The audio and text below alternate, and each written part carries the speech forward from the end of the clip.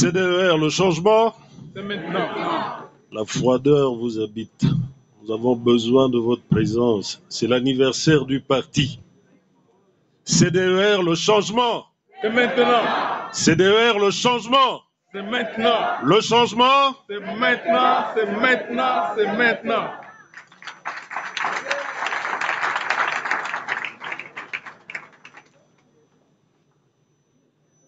Un besoin d'existence, un besoin d'être, c'est là une route nouvelle à prendre au regard de celle parcourue et qui nous emmène ce jour à nous regarder droit dans les yeux en face de cette nouvelle réalité que nous tenons à embrasser après les acquis qui ont émaillé la voie de la grandeur de ce jour. Je vous demande de vous applaudir d'abord et d'applaudir tous ceux qui nous ont honorés ce jour et enfin de dire que nous allons quelque part. Je vous en prie.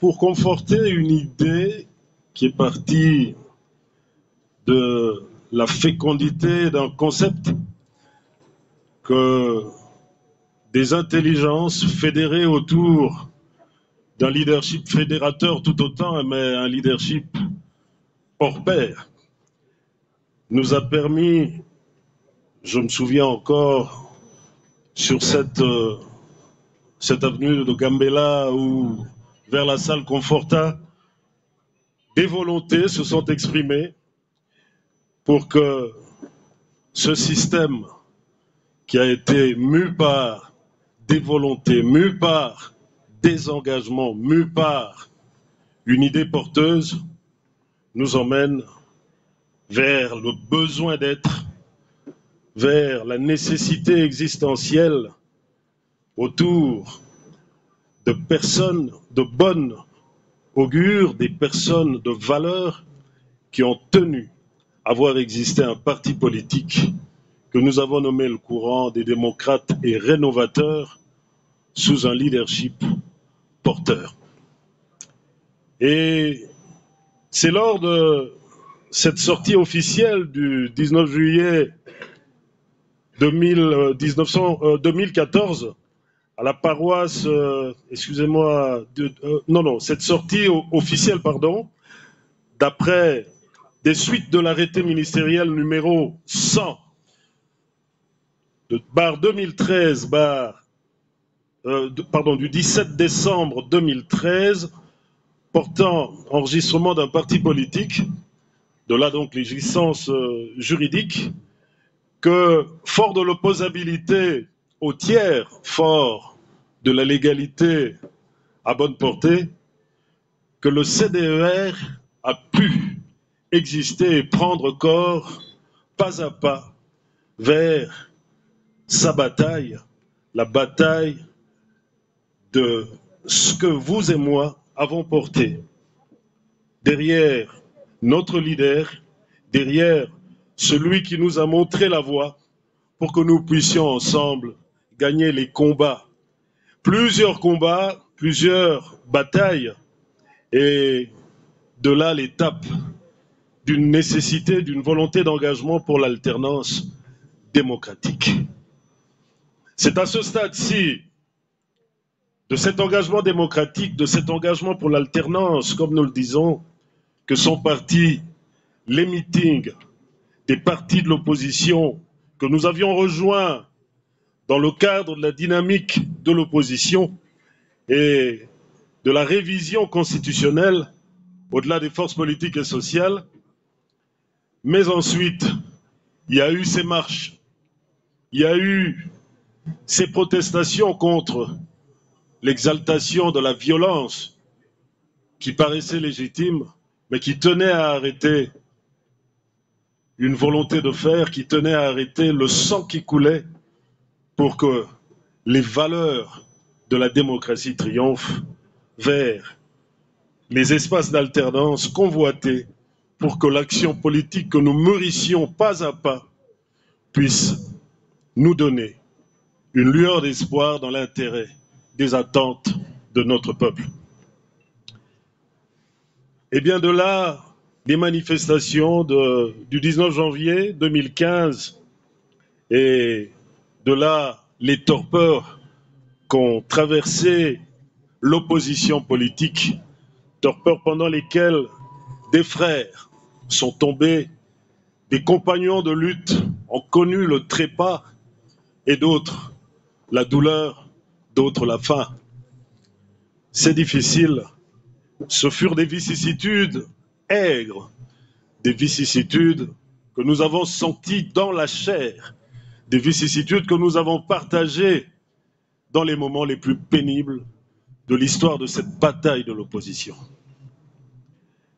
Eh bien, rangée derrière une voix porteuse, une voix féconde en termes d'idées, en termes d'innovation, une voix d'un génie porteur, un génie de vie, un génie pour un sens de combat à mener vers la victoire, vers le sens de l'action politique, que naîtra le besoin du sens d'un combat politique qui était une autre strate à atteindre, mais qui nécessitait un nouveau regard, lequel c'est celui de la détermination d'une vision, une vision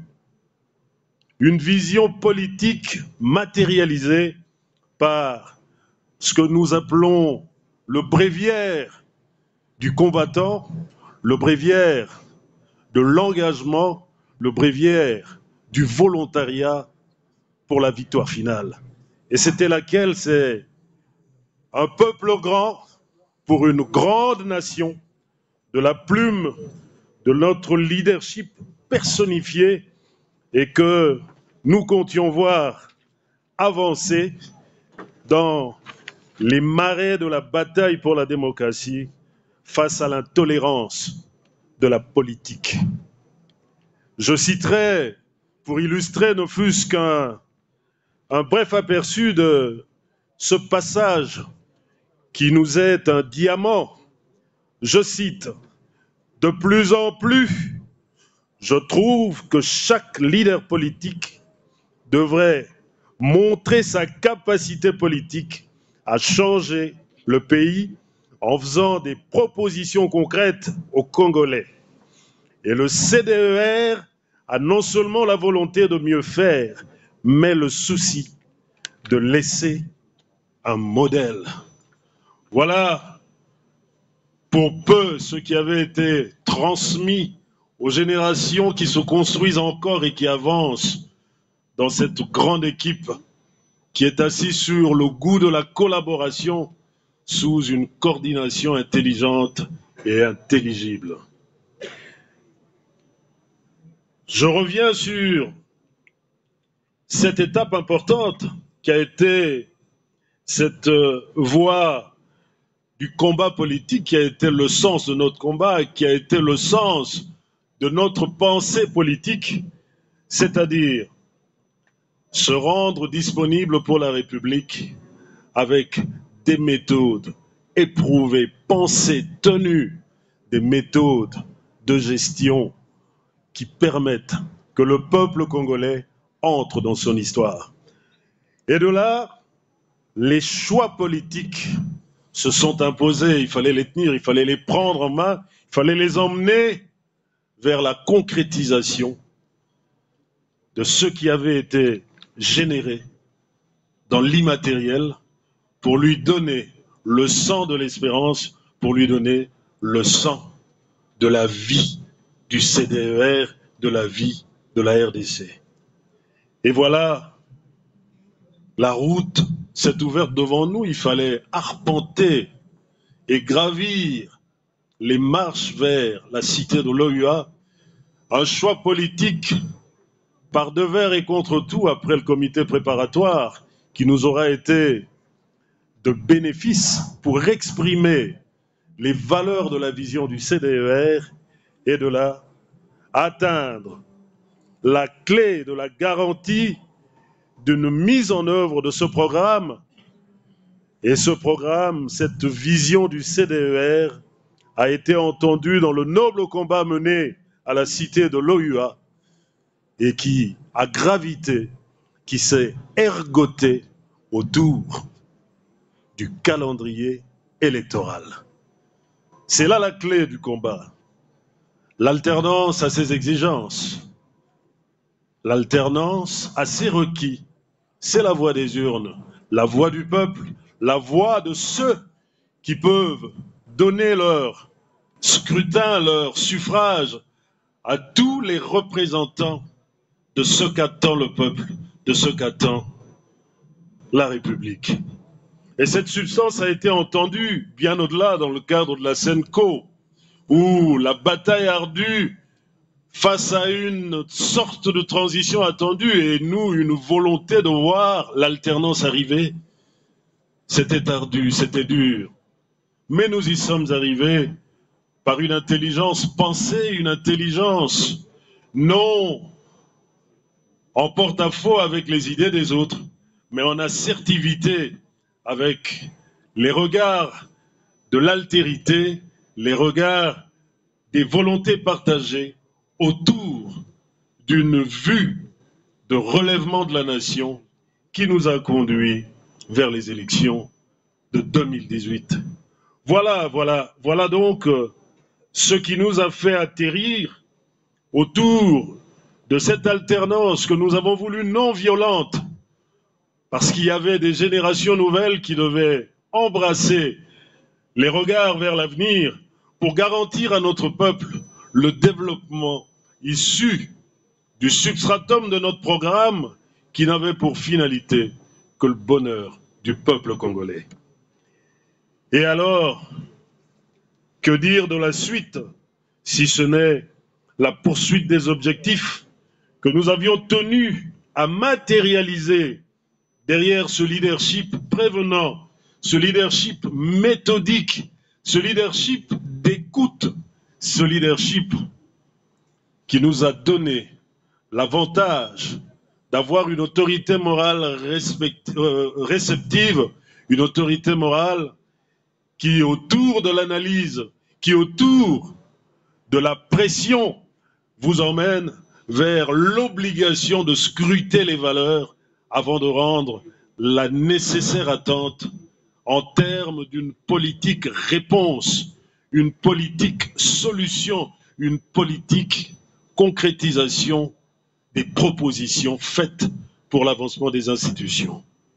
Et c'est, vous m'excuserez, c'est cette vie que nous avions toujours eue et qui a jonché le parcours de l'histoire du CDER derrière une pensée intelligente, une pensée de fécondité pour que nous puissions avoir des valeurs écloses au milieu des institutions, ce que nous continuons à faire et à mener dans l'intérêt de la République. Voilà 8 ans de vie, 8 ans de paix, 8 ans d'intelligence, 8 ans de valeur, 8 ans de travail derrière une intelligence entendue et partagée. Je vous demanderai de vous lever pour que nous puissions rendre un standing ovation à un homme qui n'est pas un homme comme nous l'entendons, qui n'est pas une personnalisation du système, non, une personnification du CDER. J'ai bien dit, c'est une différence. Nous sommes loin de la personnalisation, nous sommes dans la personnification. Il a donné une valeur à la part de chacun ici et il l'a porté pour que nous puissions atteindre les objectifs dans l'intérêt de la nation. Je vous prie d'applaudir notre autorité morale, Jean-Lucien Boussa Tongba.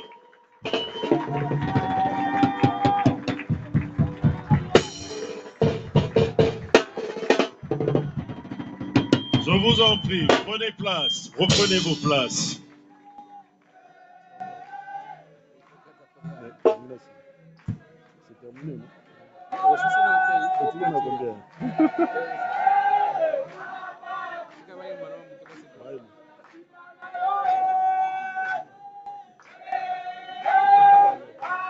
S'il vous plaît, nous allons continuer la fête. Ce n'est qu'un avant-goût. S'il vous plaît, s'il vous plaît. Merci, merci beaucoup. Eh bien, j'aimerais remercier la présence illustre de chacun de vous en ce lieu, mais j'aimerais avant tout remercier le Créateur du ciel et de la terre qui n'a cessé de donner à cet homme que nous avons applaudi dans l'intérêt de tous et dans l'intérêt du pays. À lui seul la gloire, parce que comme il le dit souvent, c'est Dieu. Dans tout ce que nous faisons, c'est Dieu. Je vous remercie.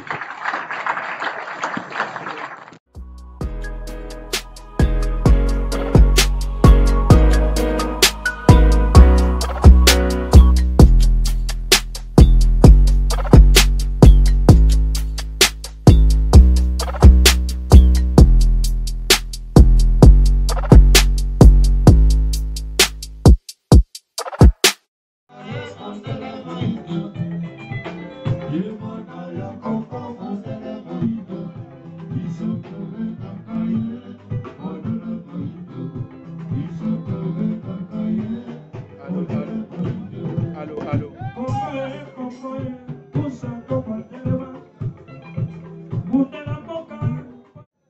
honorables députés et sénateurs,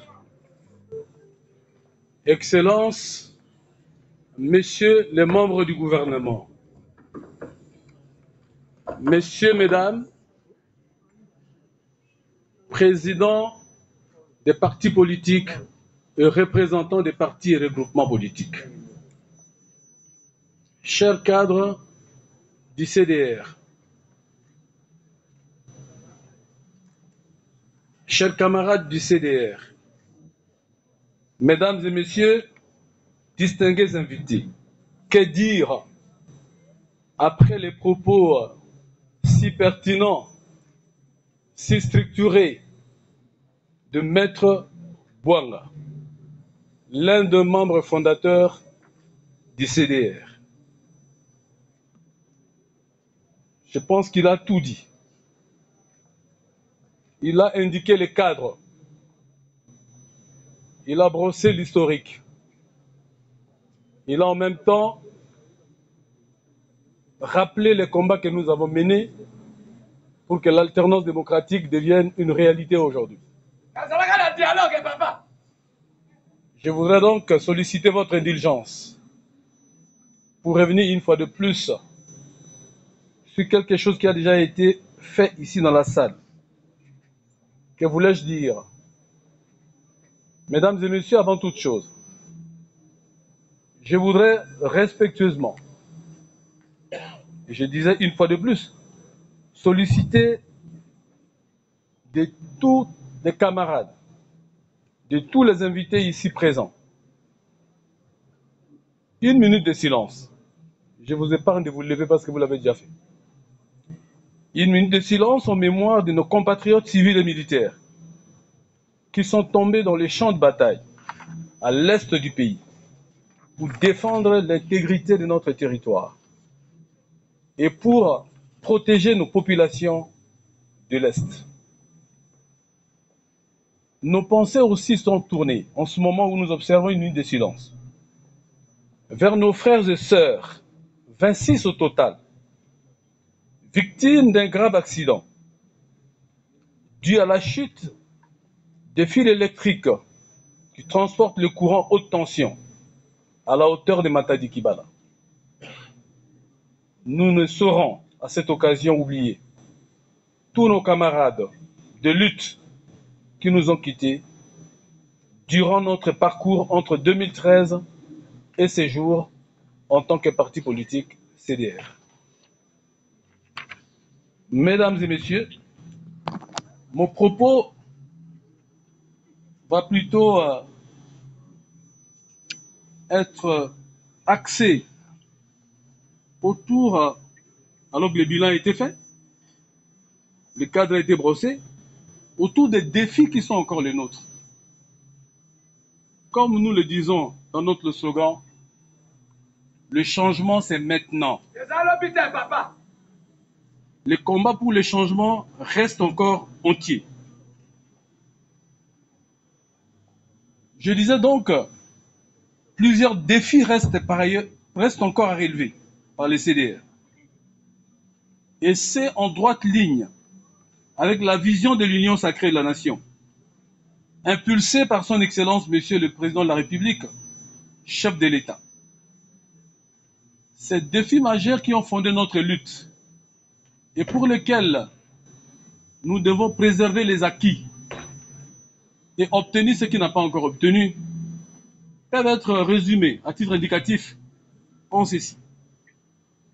La consolidation de la démocratie, fondée sur le respect de la Constitution dans tous ses contours. Le CDR s'est battu pour ça. Et le CDR continuera à veiller sur ça. La régularité du processus électoral pour faire de l'alternance démocratique la règle. Le maintien de la stabilité institutionnelle. Le renforcement de l'exigence et de la transparence dans la gestion publique. Ce qui est un exercice qui s'est mis en pratique depuis l'arrivée au pouvoir de son Excellence, Monsieur le Président de la République. L'amélioration du niveau de vie de la population et du climat des affaires. Les réformes à réaliser. maintes fois préconisé par les CDR au sein de la CODE, toujours en droite ligne avec la vision de l'union sacrée de la nation, demeure autant des défis à relever.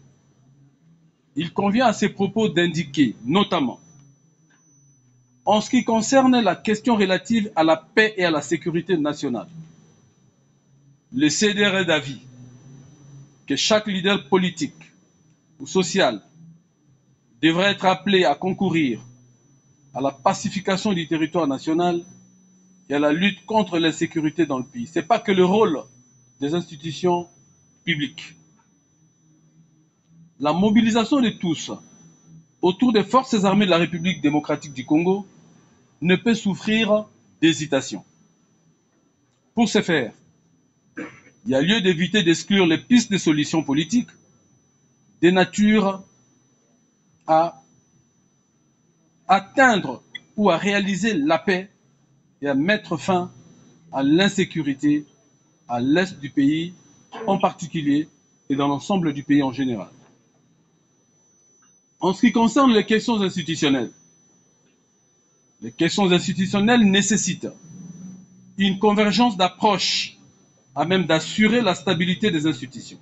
À ce titre, il y a lieu de considérer, au niveau des institutions de la République, l'alternance devra à tout prix être préservée. De même, la démocratie devra être consolidée en vue des institutions stables. Et là, la nécessité d'indiquer notamment que le retour à la volonté initiale du constituant originaire s'impose s'agissant de l'élection du président de la République, à savoir l'élection du président de la République à la majorité absolue des suffrages exprimés. Si celle-ci n'est pas obtenue au premier tour du scrutin, il est procédé dans un délai de 15 jours à un second tour. Cette option, pour laquelle le CDR se bat tous les jours et s'est battu contre la volonté de ceux qui ont torpillé la Constitution, a pour motivation de mettre fin à la crise de légitimité, de rencontrer la volonté de la majorité des Congolais qui a eu à s'exprimer au référendum constitutionnel à ce sujet, de renforcer la cohésion nationale, de réduire les tendances à des contestations populaires et au retour à des négociations politiques dès la publication des résultats des élections présidentielles et éviter au président de la République des négociations laborieuses pour la mise en place du gouvernement, à l'instar de ce que le pays a connu en 2019. 2. Au niveau de l'exécutif et des entreprises du portefeuille, tout en préservant les acquis constitutionnels, les fonctions à mandat nominatif devront demeurer comme de règle à répartir certes entre les forces politiques, mais en tenant compte des compétences et surtout en tenant compte de tous ceux qui, dans les structures respectives, ont acquis une expérience et connaissent mieux les boîtes. Pour une diplomatie efficace, il sera question de privilégier la nomination des diplomates de carrière postes y afférents au lieu des politiques essentiellement. Un consensus devrait être encouragé pour une nouvelle mise en place qui ne devra pas avoir vocation de mettre de côté les fonctionnaires méritants. Toujours est-il que, pour donner des réponses concrètes aux problèmes de la population, l'action gouvernementale devra toujours privilégier les axes prioritaires suivants: agriculture, agro-industrie, pêche, élevage, infrastructures routières et énergétiques, santé et éducation, et tout ceci est reflété dans le programme du gouvernement dans lequel je fais partie. La dynamique d'instaurer une justice juste et de faire de celle-ci l'épine dorsale de la gouvernance doit être poursuivie, tout en évitant d'adouber la théorie du gouvernement des juges. À ce titre, le pouvoir exécutif devra veiller, notamment à la non-intrusion de la justice dans la détermination des résultats électoraux, afin que le traitement des contentieux électoraux cesse d'être le moment de tripatouiller les durs résultats. Au niveau des institutions politiques provinciales, Le CDR préconise la mise à la disposition des provinces des moyens conséquents et de manière régulière afin de créer les conditions de stabilité de dites institutions. C'est dont le gouvernement s'applique. Il y a donc nécessité, entre autres, de faire appliquer la loi organique portant organisation et fonctionnement de la Caisse nationale de péréquation. À tout prendre, l'insuffisance des moyens financiers, l'absence de rétrocession, voire les retards dans le paiement des émoluments des députés provinciaux, qui sont dans l'agenda du gouvernement qui, de plus en plus, est en train de s'affairer sur les sujets, ont été à la base de beaucoup de problèmes au niveau des institutions provinciales. Au niveau des entités territoriales décentralisées, le manque de moyens matériels et financiers milite pour l'adoption d'un moratoire pendant une période à convenir en vue de mieux préparer la mise en œuvre de la décentralisation et des élections à la base. D'ailleurs, tel que renseigné précédemment, déjà les assemblées provinciales battent de l'aile à cause des difficultés de tous ordres. Fort de ces motifs, il sera entre autres question de procéder à la nomination des animateurs pour diriger les entités territoriales décentralisées. Durant le moratoire préconisé, ces animateurs seront issus des fonctionnaires de carrière, principalement. Au niveau des institutions d'appui à la démocratie, il y a lieu de considérer que la mission de la Commission électorale nationale indépendante CENI devra être circonscrite à l'organisation des élections et, partant, confier la gestion de la logistique électorale à un organisme public spécialisé. Ce, en vue de spécialiser la CENI aux seules missions électorales, rationaliser la gestion et réduire les coûts financiers des élections et améliorer la transparence ainsi que la redevabilité plutôt dans la gestion des finances allouées aux élections. Demeurant dans les registres électoraux, il conviendra également d'envisager autant que possible la révision de la loi numéro 6/006 du 9 mars 2006 portant organisation des élections présidentielles, législatives, provinciales, urbaines, municipales et locales, telle que modifiée le 12 février 2015, afin de ramener le seuil d'éligibilité au niveau de la circonscription électorale et non au niveau national comme c'est le cas aujourd'hui. Et le frais de dépôt de candidature caution, le ramener à des proportions symboliques. L'option de ramener le seuil au niveau des circonscriptions a pour motivation renforcer la légitimité des élus locaux à la base et traduire la volonté des électeurs telle qu'exprimée à travers le vote, et donner la chance ou l'occasion aux partis et regroupements politiques de se développer.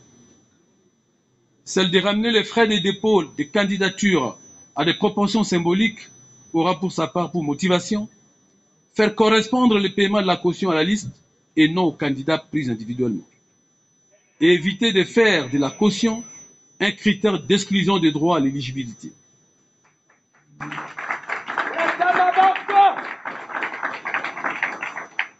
Les élections devront être organisées dans les délais prescrits, d'où la nécessité de s'accorder sans délai sur le financement des élections, la révision du fichier électoral qui, à mon avis, est devenu, je parle du fichier électoral, devenu obsolète. En ce qui concerne spécialement les Congolais de l'étranger, l'unicité et l'exclusivité de la nationalité congolaise devront être supprimées pour passer la voie à l'irrévocabilité de la nation congolaise d'origine.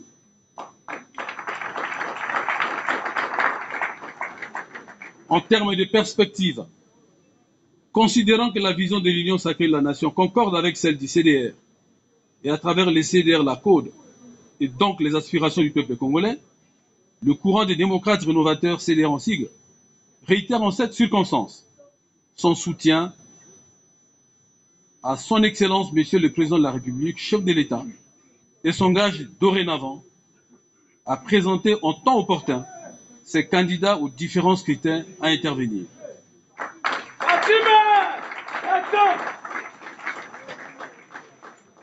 Le contexte étant celui de l'anniversaire, donc du 8e anniversaire, Je voudrais en profiter donc pour souhaiter bon anniversaire aux camarades du CDR, bon anniversaire aux sympathisants du CDR, bon anniversaire au CDR.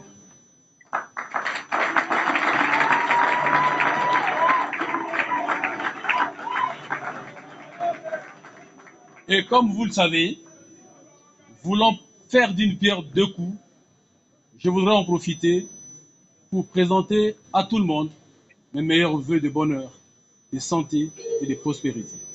On applaudit très fort. S'il vous plaît, monsieur le président, s'il vous plaît.